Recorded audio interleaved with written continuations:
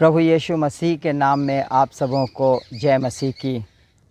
प्रभु यीशु ने फिर से हम में से प्रत्येक को एक और खूबसूरत मौका अवसर दिया है कि हम परमेश्वर के जीवित वचन से सीख सकते हैं और अपने जीवन के लिए व्यवहारिक बातों को अपना सकते हैं, ताकि हम में से प्रत्येक का जीवन प्रभु यीशु मसीह को प्रसन्न करने वाला जीवन हो सके। वचन को सुनने से पहले आइए हम लोग प्रार्थना करें। प्रभु यीशु, हम आपसे के द्वारा प्रार्थना करते हैं कि आप हम में से प्रत्येक को ये सौभाग्य जब दिया है आपने, तो वचन को सुनकर उसको अपने जीवनों में उतारने का भी ताकत और सामर्थ्य और सहयोग करें। प्रभु, हम सब अपने आप को आपके हाथों में सौंपते हैं, यीशु मसीह के नाम से मांगते हैं, आमीन। हम लोग बहुत आनंदित हैं क्योंकि प्रभु ने हम सबों को फिर से ये अवसर दिया है कि हम इस माध्यम से मॉडर्न टेक्नोलॉजी के द्वारा आप तक पहुंच सकते हैं और आप लोग वचन को सुन सकते हैं। आज हम लोग देखना चाहते हैं कुलूसियों की पत्री से कुछ बातें। कुलूसियों की पत्री का 2 अध्याय और उसके 6 से 15 पद। कुलूसियों की पत्री उसका 2 अध्याय और उसके 6 से 15 पद। एशिया माइनर के नगर कुलेसे की ये कलीसिया थी जिसको पौलुस पत्र लिख रहा था। यद्यपि इस कलीसिया का स्थापना पौलुस ने नहीं की थी, किंतु जिस प्रदेश में यह कलीसिया स्थापित थी उस क्षेत्र के प्रति संत पौलुस गंभीर दायित्व अनुभव करते थे। अतः वह इफिसुस नगर से कुल्लुसे नगर की कलीसिया को धर्म सेवक भेजते रहते थे। इफिसुस नगर पूर्व दिशा में रोम के उपनिवेश आसिया प्रदेश की राजधानी था। संत पौलुस को पता चला कि कुलुस्से की कलीसिया में कुछ झूठे शिक्षक घुस आए हैं। ये शिक्षक कलीसिया को जोर देकर सिखाते थे कि परमेश्वर को जानने तथा पूर्ण उद्धार प्राप्त करने के लिए यह आवश्यक है कि लोग आधिपत्य और अधिकार नामक आकाशमंडल की दिव्य शक्तियों की उपासना करें। इसके अतिरिक्त ये शिक्षक कलीसिया के सदस्यों को सिखाया करते थे कि वे खतना जैसी धार्मिक प्रथा का पालन करें तथा भोजन संबंधी अन्य यहूदी नियमों का कड़ाई से पालन करें। इसके अतिरिक्त और बातों में भी वे निषेधात्मक शिक्षा दिया करते थे। संत पौलुस ने इस भ्रामक शिक्षा का विरोध करता है और इस पत्र के द्वारा एक सच्चा मसीही शुभ संदेश, शुभ समाचार भेजता है। उनके शुभ संदेश का सारांश यह था कि प्रभु यीशु मसीह किसी भी व्यक्ति को पूर्ण उद्धार प्रदान करने में सक्षम है। यीशु मसीह के अलावा और किसी व्यक्ति विशेष या रीति विधि के द्वारा हम उद्धार को प्राप्त नहीं कर सकते हैं। वस्तुतः उपरोक्त शिक्षाओं में जो मैंने अभी आपको बताया कि दिव्य शक्तियों की उपासना और इसके अलावा भोजन संबंधी अन्य नियम और खतना इत्यादि के द्वारा वो लोग जो झूठे शिक्षक के थे वहाँ पर, उन्होंने जटिल कर्मकांड को प्रतिपादित किया था। पौलुस मसीह से संयुक्त होकर ही संसार अपने उद्धार की आशा कर सकता है, ऐसा पौलुस कहता है और ऐसी बातें कहने की कोशिश करता है जिससे वहाँ के संत लोग, वहाँ के विश्वासी लोग भटक न जाएं और सीधा और सच्चे मार्ग पर चलकर ही वो आगे बढ़ सकें। झूठी शिक्षाओं का वो पूर्ण रीति से विरोध करें और झूठी शिक्षाओं का अनुसरण करने से वो बच जाएं।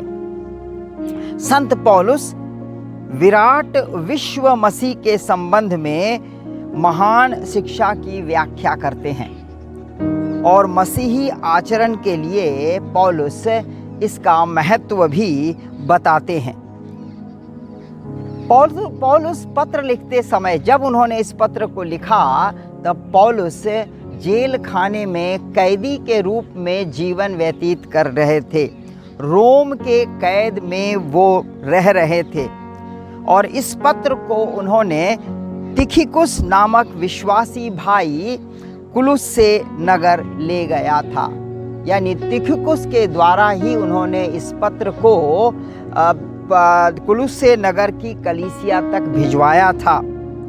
ध्यान देने योग्य तथ्य यह है कि उसके साथ, पौलुस के साथ ओनेसिमुस भी गया था और जिसकी अनुशंसा या प्रशंसा संत पौलुस ने फिलेमोन नामक पत्र में लिखा है।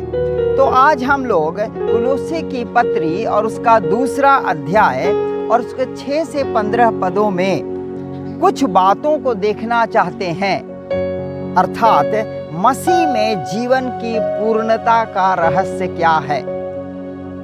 मसीह में जीवन की पूर्णता का रहस्य क्या है।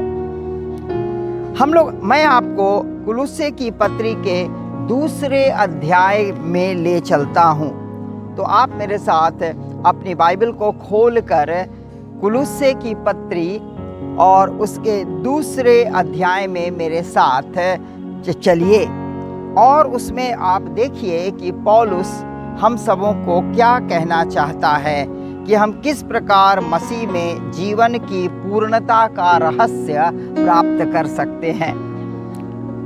दूसरा अध्याय और उसके 6 पद से हम लोग आगे बढ़ेंगे और 6 पद से लेकर और उसके 15वें पद तक में बहुत सरल तरीके से और बहुत ही कम शब्दों में मैं आपको बताना चाहूँगा कि मसीह में जीवन की पूर्णता का भेद, मसीह में जीवन की पूर्णता का रहस्य, मसीह में जीवन की पूर्णता की गुप्तता या सीक्रेट क्या है।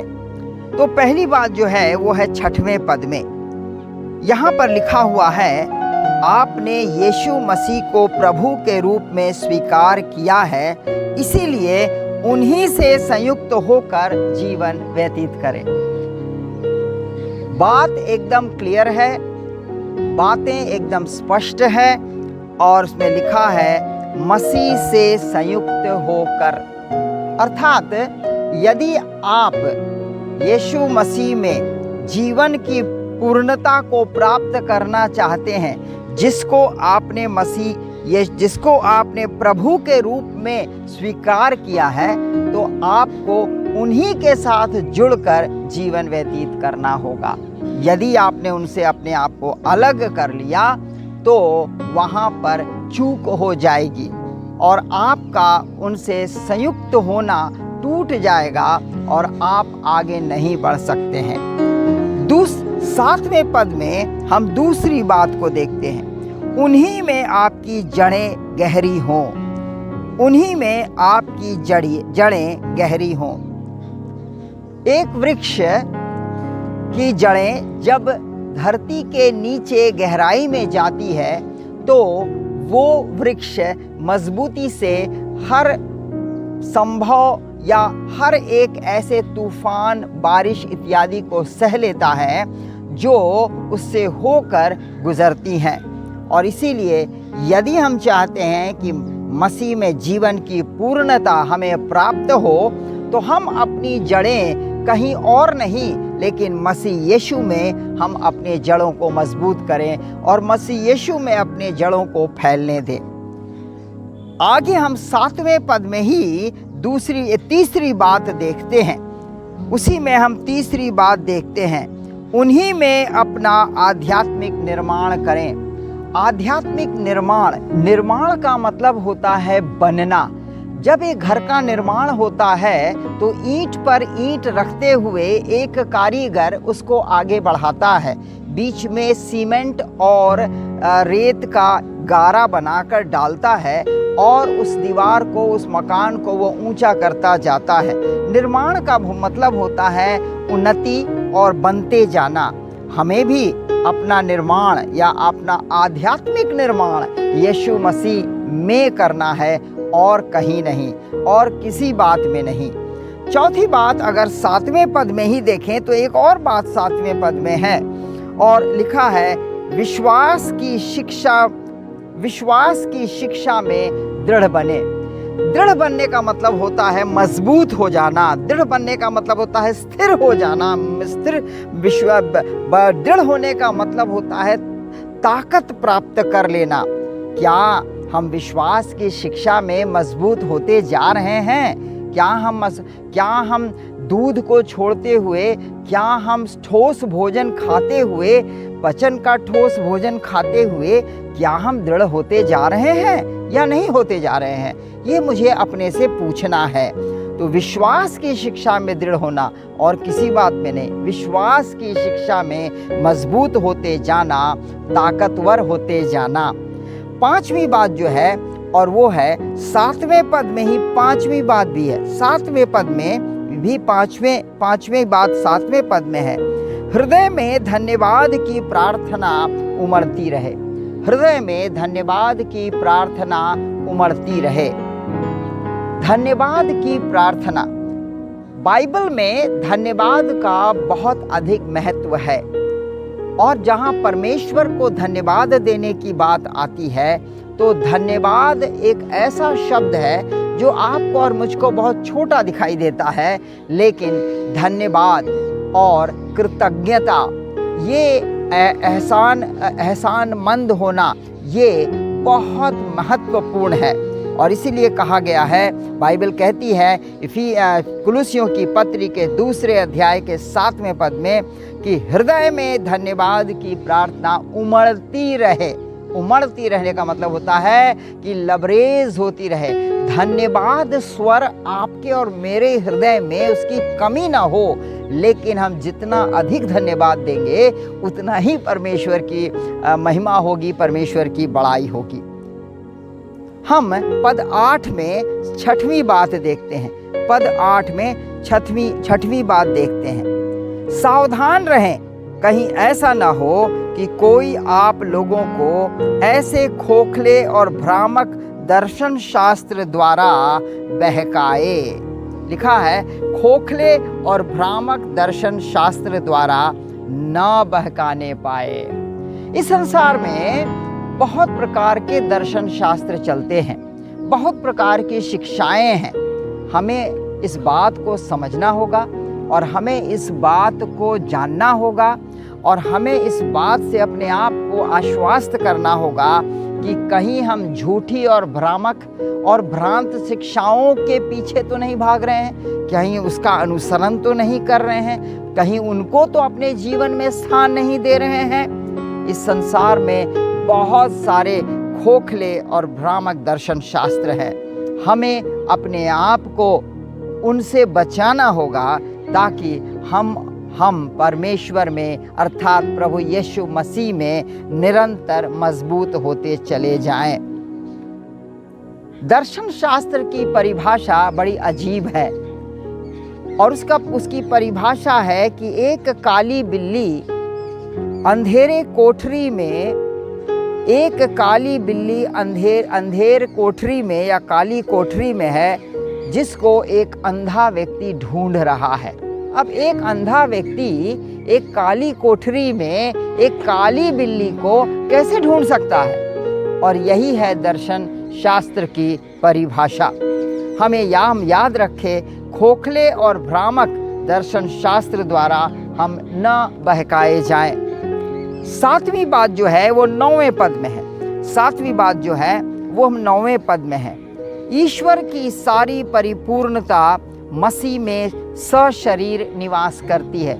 यदि आप और हम परमेश्वर को देखना चाहते हैं, परमेश्वर को जानना चाहते हैं, परमेश्वर से रूबरू होना चाहते हैं, तो हम इस बात को समझ लें कि यदि हमने यीशु मसीह को नहीं जाना तो हम परमेश्वर को नहीं जान सकते हैं, क्योंकि परमेश्वर आत्मा है और कोई इसको नहीं जानता। लेकिन प्रभु यीशु मसीह जो परमेश्वर का पुत्र है, उसने परमेश्वर को हमें दिखाया। और यदि आप और हम भी परमेश्वर को जानना और समझना चाहते हैं, परिपूर्णता से हम जानना चाहते हैं परमेश्वर को, तो हमें प्रभु यीशु मसीह को जानना होगा। और प्रभु यीशु मसीह को जानने का सबसे उत्तम तरीका है कि हम उसके वचन, जीवित वचन बाइबल को पढ़ें और हम प्रभु यीशु मसीह को जान सकते हैं, क्योंकि प्रभु यीशु मसीह ही है जो परमेश्वर का पूर्ण प्रकाशन है। हम धन्यवाद देते हैं कि हम यीशु मसीह को परमेश्वर को यीशु मसीह के द्वारा हम जान सकते हैं और किसी भी रीति से नहीं।